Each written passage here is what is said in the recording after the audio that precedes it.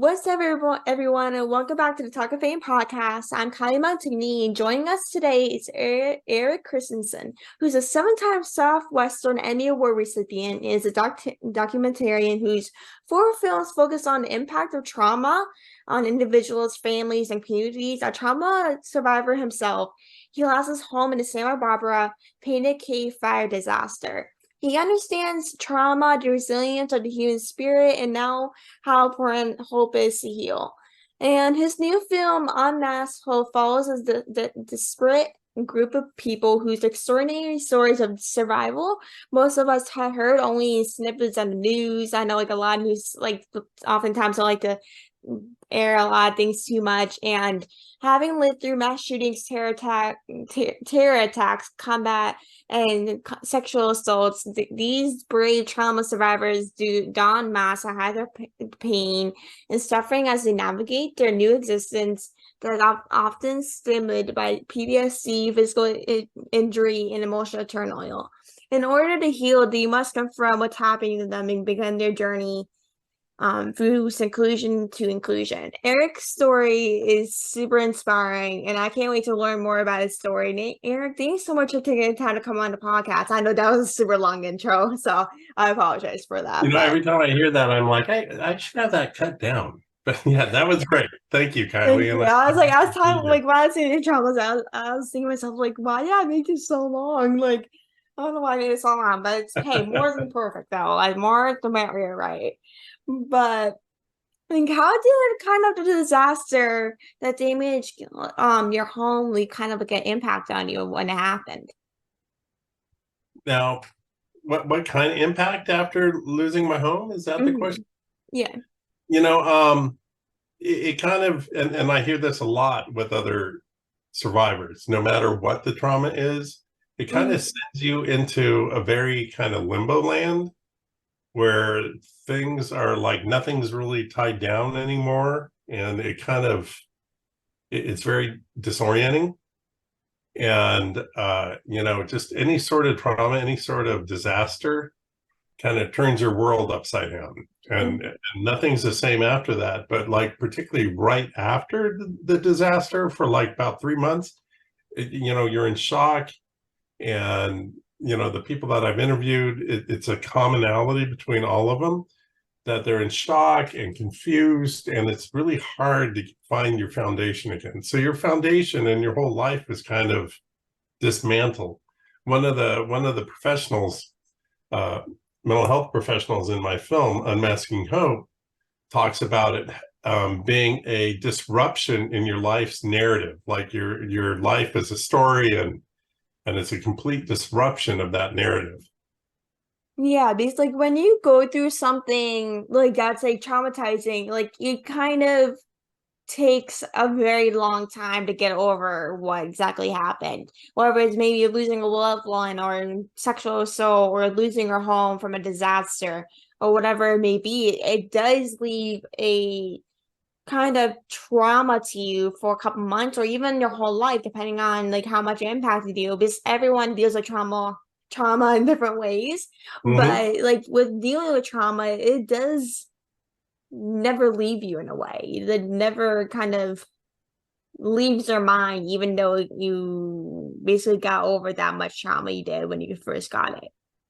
Exactly. And, there's two things in what you just said, and what you said was 100% true, is, some people, in particular, there was a Korean War veteran, Marine, Purple Heart, that was in my last film, Searching for Home, coming back from war. And he wasn't diagnosed necessarily with PTSD until 50 years after. Oh, and he's like, oh, that makes sense. That's why I acted that way. That's why things were like that. And then to the second half of that is that, going back to this idea of that we have this life narrative, our narrative is completely disrupted by the trauma. And we slowly integrate that trauma into our narrative. It becomes part of our life. It doesn't become us. That's something that happens in this process. We kind of become what happened to us. Oh, there's the guy that lost his house. There's the girl that got PTSD in Iraq, and or there's a 9/11 survivor, and we move through that to, well, it was very unfortunate, but now it's part of my narrative. It's part of my life now. And how am I? And in the film, we look at how are we going to capitalize it on this? How are we going to make it a positive? How are we going to turn what happened to us into a positive? And that's usually by helping others that are going through the process of trauma earlier in that stage. And there's a great example in the film.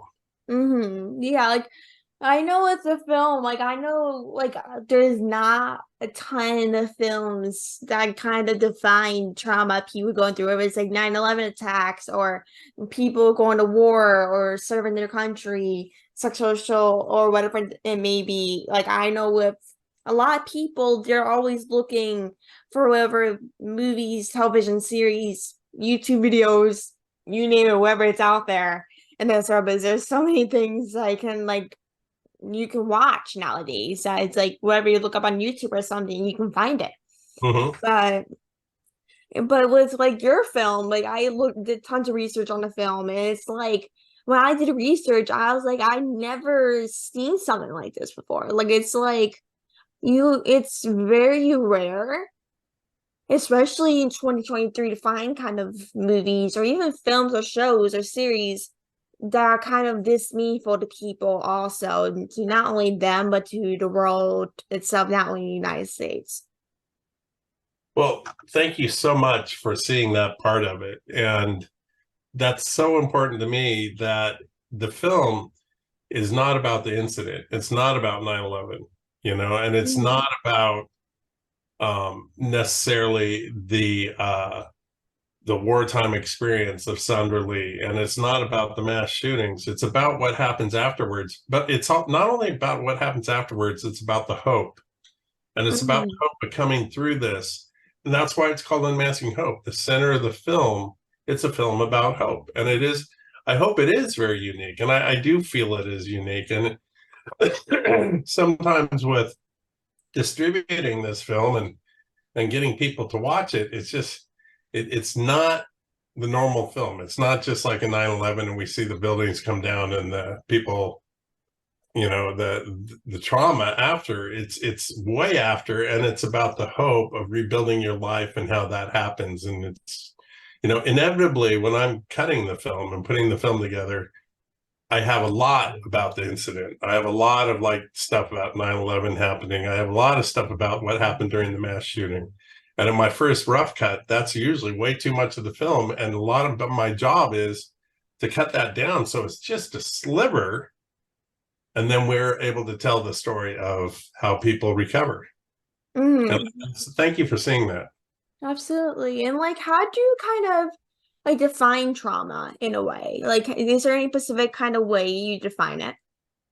A lot of people lump trauma in with PTSD. And personally, PTSD is a series of symptoms that combine to create what they call even a disorder. I don't even like calling it a disorder, PTSD, post-traumatic stress disorder. And not everybody that has trauma is necessarily going to be diagnosed with PTSD. But trauma, everybody has trauma.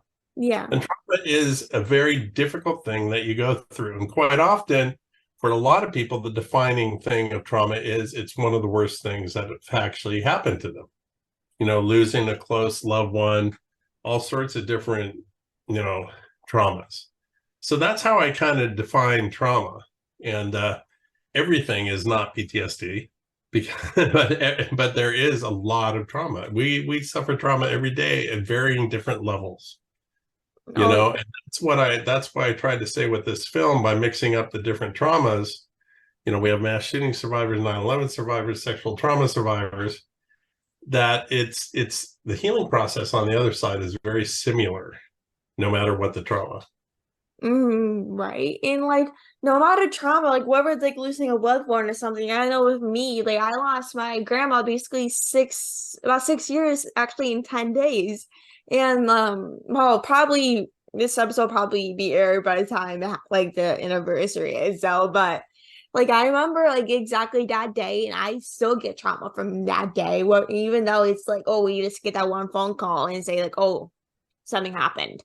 So it's like when you get that trauma, whether it's like losing a loved one or like going through like an attack or experiencing something that no one should go through, it will stick with you for the rest of your life. And I remember thinking about this actually last night.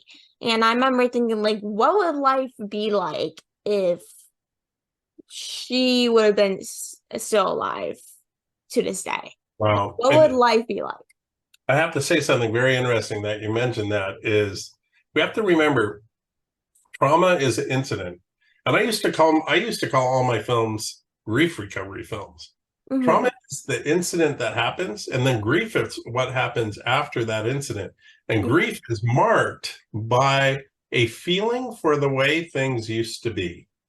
If we only rewind back before this happened, and that's like one of the earmarks of grief. And so really deep, trauma is such a buzzword right now.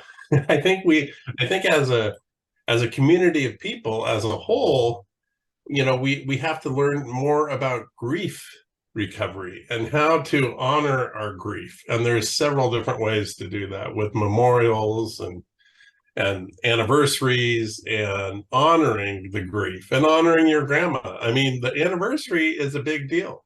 Mm-hmm. When that anniversary comes up, to honor her is actually part of your healing. It's part of grief recovery. Oh, I remember grandma. So what I'm going to do, I'm going to go to the favorite park or wherever she used to go to. I'm going to spend a minute thinking about her.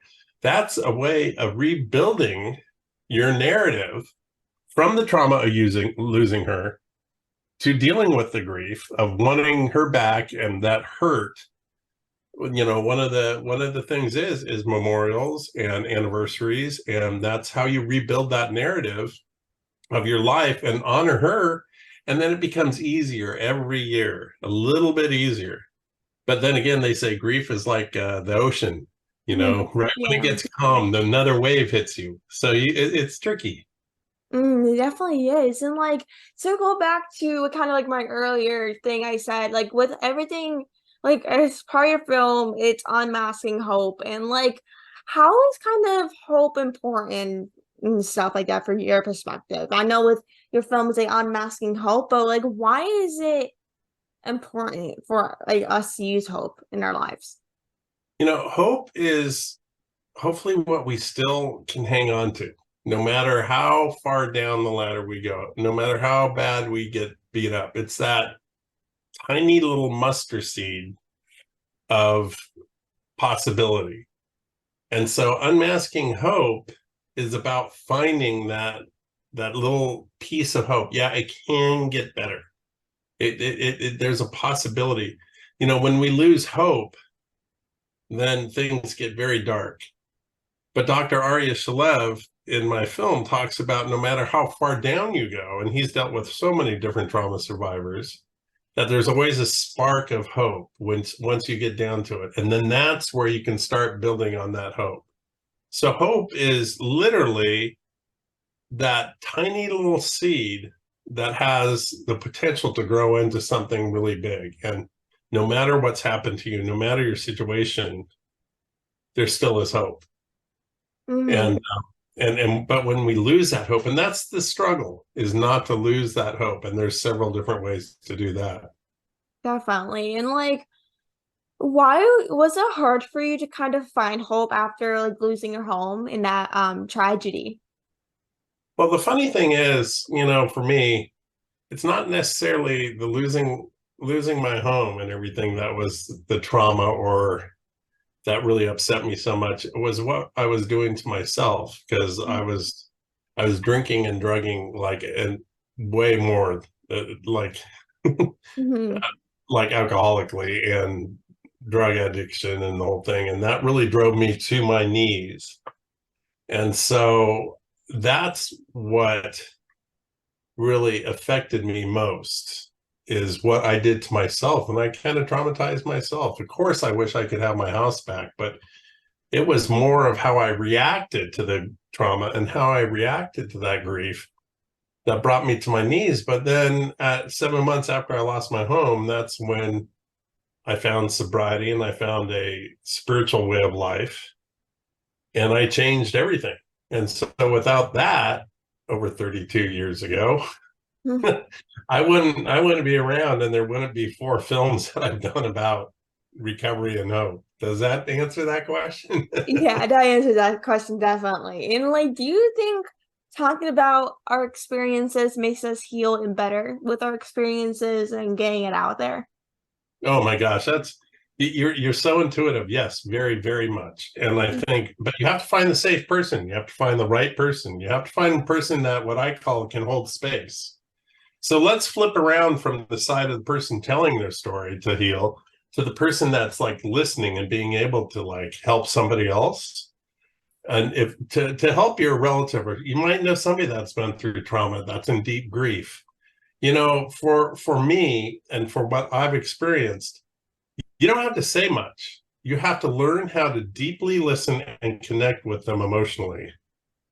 And if the other individual on the other side of that that's telling their story can find the individual that I call it holding space, that can hold this space, that's in a safe place, and you can tell your story, being able to tell your story is immensely healing. And being able to tell somebody else those things that you may not have told anybody else about how you're feeling and thing is very helpful. So, remember, going back to the other side of things, all of us can help, our friends and family and loved ones just by learning to listen and holding back judgment. Yeah. Uh, but for the individual telling their story, and for the individuals that have been in all my films, when they told their story, it's been immensely healing for them.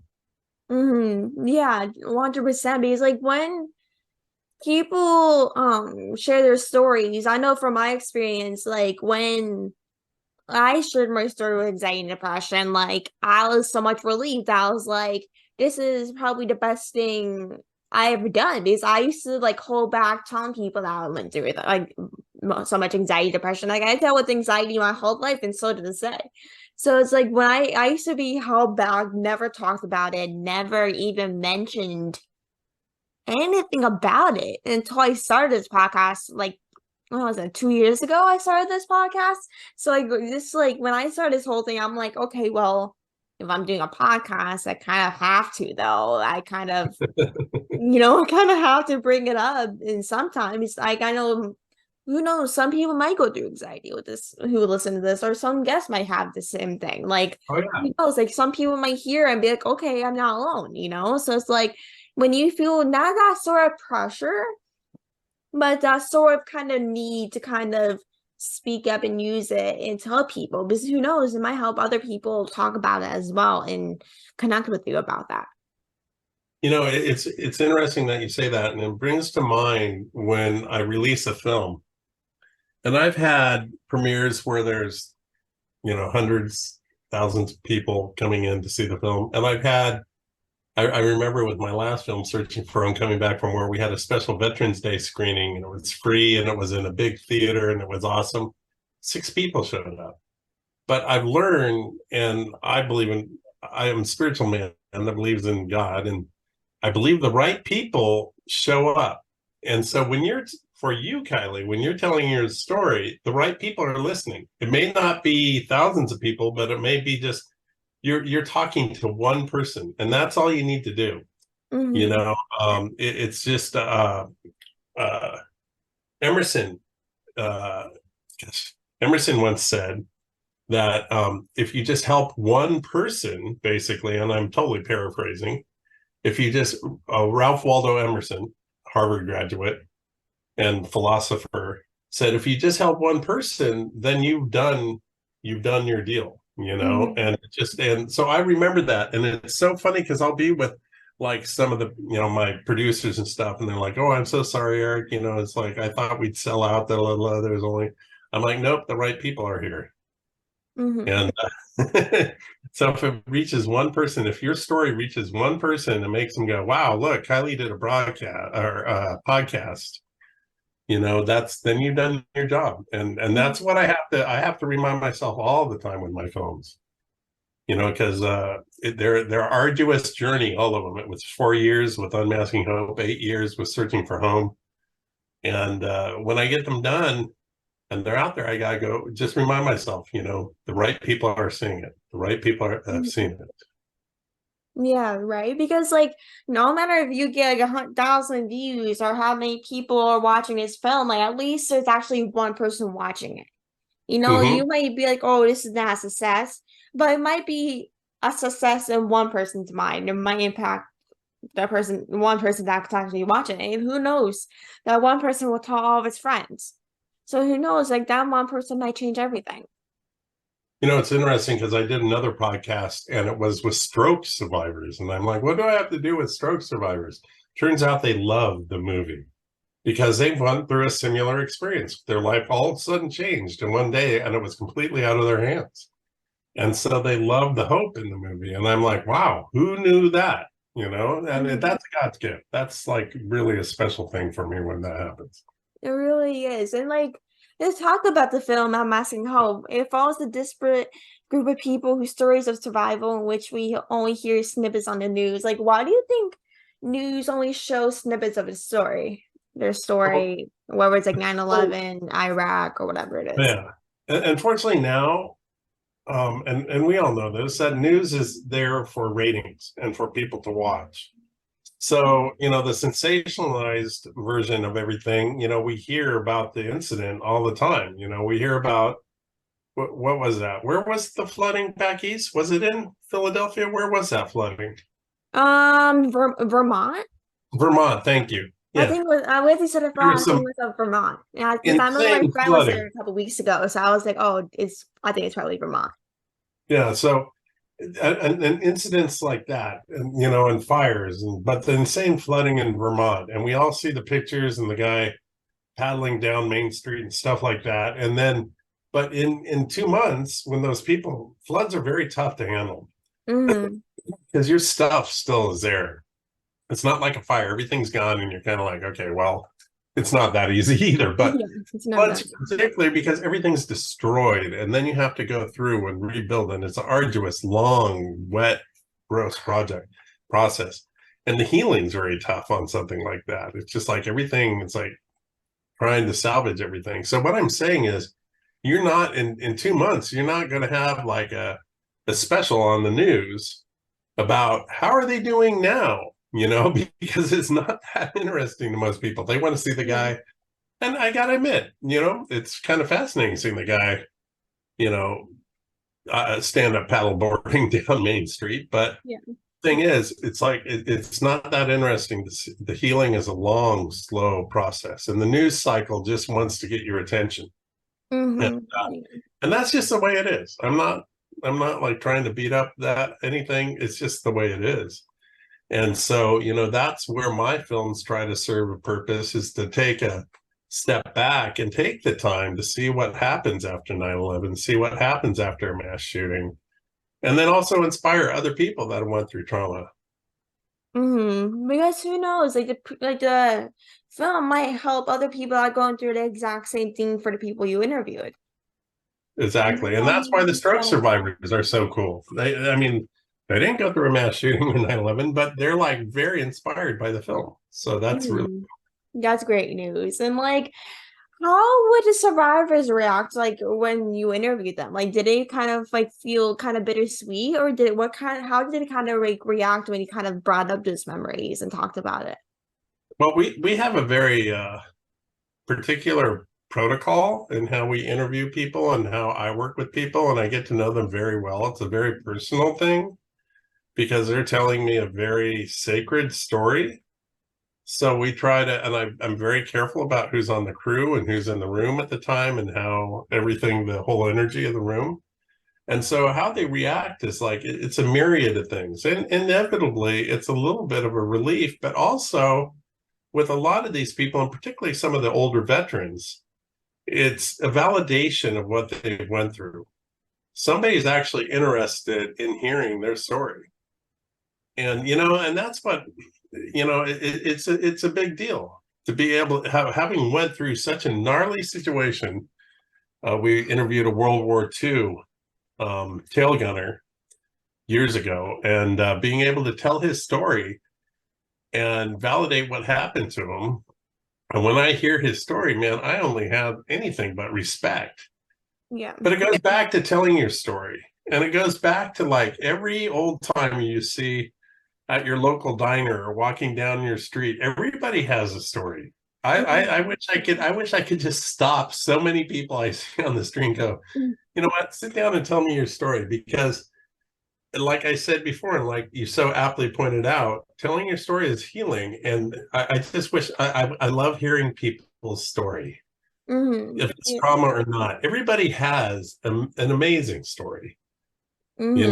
you're building your story now. And I'm sure your parents have an interesting story. And I'm sure your grandma had a great story. And that's why it's so important to spend time with our loved ones and the older ones and share all this stuff, and even strangers to reach out to hear their story. But going back, they're inevitably relieved because they've been able to tell the story, but they're also validated that their story is important.